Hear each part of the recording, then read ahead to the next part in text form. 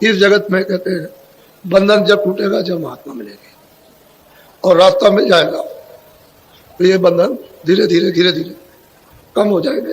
जैसे जैसे कम होते जाएंगे वैसे ही साधना में आप अग्रसर होते जाओ। ये पीछा नहीं छोड़ेंगे तो आप क्या साधन कर सकते हैं? कुछ नहीं करते। ये बंधन तभी टूटते हैं जब महापुरुष मिलते हैं। और ये मोटे बंधन है, ये जगत के गुरु भक्ति से काट। कहते हैं जो जो गुरु आदेश ले उस शब्दों का आप पालन करो तो ये कट जाएगी मोटे बंधन। अब रह गए चित्त के बंधन, जो जुगों जुगों से चित्त चिंतन करता आया, अब वो रस्सी की तरह से बंधा पड़ा हुआ है, न मालूम कितने जन्म में वहां बंधा है। तो मोटे बंधन जगत के गुरु भक्ति से कहा और झीने बंधन चित्त के कटे नाम प्रताप। कहते हैं फिर सूरत को नाम के साथ जोड़ दो तो जितने भी झीने पहले के जमा जो भंडार है वो सब खत्म हो जाए, उन तारों से कट जाओगे, छुटकारा हो जाए। जब लग मोटे जाए नहीं, जब तक ये बंधन मोटे नहीं जाते झीने कैसे जाए? वो झीने चित्त के बंधन जा ही नहीं सकते। जब दिन रात आप वेद पढ़ते रहो, दिन रात पूजा पाठ करते रहो, दिन रात रामायण पढ़ो, दिन रात भागवत पढ़ो, दिन रात आरती करते रहो, ये जा ही नहीं सकते। ये जाएंगे नहीं। तो जब बाहर के नहीं जाएंगे तो अंदर के क्या जा सकते? ताते सबको चाहिए, सबको चाहिए जितने भी नित्य गुरु भक्त कमाए, हमेशा उनके आदेश का पालन करो, काम हो जाएगा, काम हो जाएगा। महात्माओं ने बहुत सरल सुलभ रास्ता अख्तियार किया जो सबकी समझ में आ जाए, वही तो वजह। तो कल आपको बताया था कि मनुष्य मंदिर ये अमूलक है और दरवाजे पर आ गए हो। दरवाजा तो जब छूट गया था, जब 84 नरकों में चले गए तो दरवाजे से दूर हो गए, फिर ये दरवाजा मिलता नहीं। तो कितने युगों और कितने कल्पों के बाद आपको मनुष्य रूपी मंदिर में दोनों आंखों के मध्य में दरवाजे पर बैठा दिया। ये सबसे ऊंचा स्थान है, इससे बड़ा और कोई भी स्थान नहीं। जब जीवात्मा को ऐसी जगह बैठा दिया ऊंचे से ऊंचे स्थान पर कि अब तुम यहां से ऊपर ले जाओ, नीचे से तो आए ऊपर लेते चले जाओ, तो अपना नर्तन बेकार व्यर्थ मत करो, नहीं फिर लौट जाओगे। क्योंकि जो तुम कर्म करोगे उसका भोग भोगना है, उससे छुटकारा किसी का हो नहीं सकता। जो भी अच्छे बुरे कर्म करोगे उन सब को भोगना है, मैं ब्याज के। तो जब दरवाजे पर आ गए हो तो ऊपर निकल चलो। अब वो युक्ति चाहिए, रास्ता चाहिए, भेद चाहिए, उसका कोई साथी चाहिए उसको जानने वाला, तो वो भेद बता दे, युक्ति बता दे और कहेंगे देखो दरवाजे पर ऐसे बैठ जाओ, ये बैठने का तौर तरीका है। बस जो वो बता दे कि ऐसे बैठो तो आपको करना चाहिए। इसमें कितने लोग हैं कि आप देखते भी थे, सुनते भी थे, आनंद भी आता था, ज्ञान भी होता था, लेकिन तुम पर क्या भूख सवार हुआ कि नशा और मस्ती में तुमने कह डाला कि मैं ये देखता हूं, ये सुनता हूं। मैंने आपको मना किया था कि देखो बच्चों, ये अमूलक धन है, ये गोपनीय भेद है उस मालिक का, इसको जितना हजम करके रखोगे उतना जल्दी प्रकट होगा। तो आपने एकदम बकवास और कह दिया कि मैं देखता हूं। तो जब से बंद हो गया तब से चला रहे हो, और हमने तुमसे कहा था कि हम एक बात तुम्हारी नहीं सुनेंगे। पीछे से मत कहना कि भाई बाबा जी ने कहा, हमेशा आपको कूट कूट के समझा देता हूँ, क्योंकि वो तो मैं जानता ही हूँ कि जब भजन करोगे तो तुम पर नशा चढ़ेगा। हमारी बात को पहले याद करके रखो, क्योंकि तुमने तो कोई कमाया नहीं, मेहनत की होती तो दर्द होता, मुफ्त का माल मिल जाता है तो बताओ तुमको दर्द किस बात का। तो वो ऊपर बैठे हुए नाराज हो गए, उन्होंने बंद कर दिया। अब तुम रोज चिल्लाओ, ऐसा नहीं करना चाहिए। यही बात है कि गोपनीय जो दरवाजे में बैठे हो, रास्ता चलने वाले से रास्ता लो, जो आता जाता है, जो मंजिल पहुंच चुका, जो पार हो गया वो आता जाता है, उससे रास्ता लो, और फिर बैठ करके थोड़ी सी तो वो आदेश का पालन। इधर के बंधन भी आपके फौरन ढीले होते हैं। जैसे ही उधाव से ध्यान लगाओ, ये वो कम हुआ और इधर लगा, तो पहले तो गुरु की तरफ लगाना, ये उधर से हट जाए गुरु की तरफ लग जाए, तो गुरु क्या करता है, इधर लगा देता, फिर इधर लगाता है कि सूरत को नाम के साथ जोड़ना, उससे प्यार का लगा देता। तो दोनों काम बन गए कि इधर से हटे, गुरु से लगाया, बंधन टूटे छूटे, और फिर उसके बाद में अंदर में सूरत और नाम के साथ जब जोड़ दिया तो वो बंधन ये भी छूट गया, बाहर का, अब अंदर का हो गया।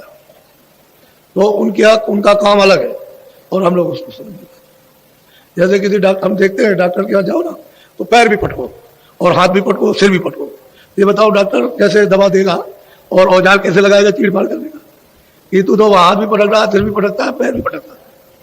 तो मैं देखता हूँ कि तुम चुपचाप नहीं बैठ सकते हो, कि तुमको कुछ देना चाहते हो तो पैर भी पटकते हो और हाथ भी पटकते हो और अब गिरते हो और कूदते भी हो। ये क्या है? ये इससे मालूम होता है कि बड़े कर्म खराब, इसलिए कूदा फौदी हो रही है।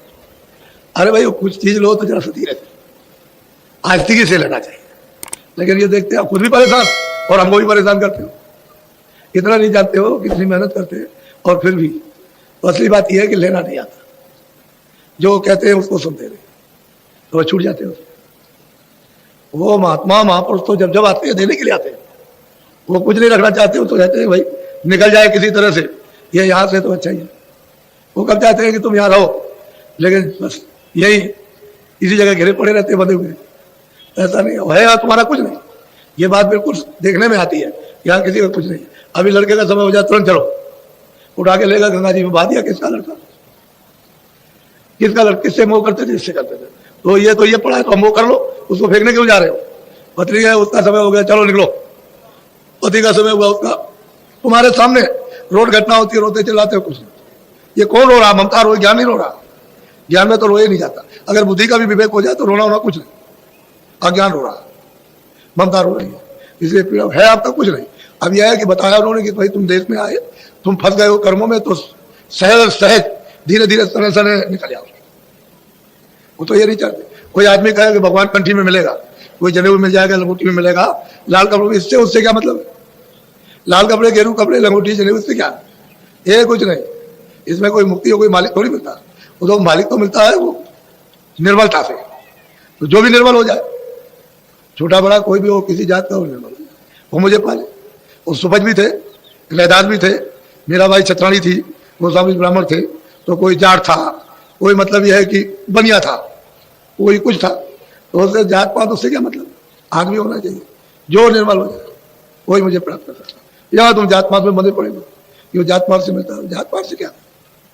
जात पात तो तुम्हारी व्यवस्था है, उसके उधर बहुत ही चीज है कि इस व्यवस्था से रहना हो। जात पात नाम तो एक व्यवस्था है कि आपका नाम रख दिया तो आप पुकारे जाओगे, उसकी तरफ से तो कोई नाम नहीं।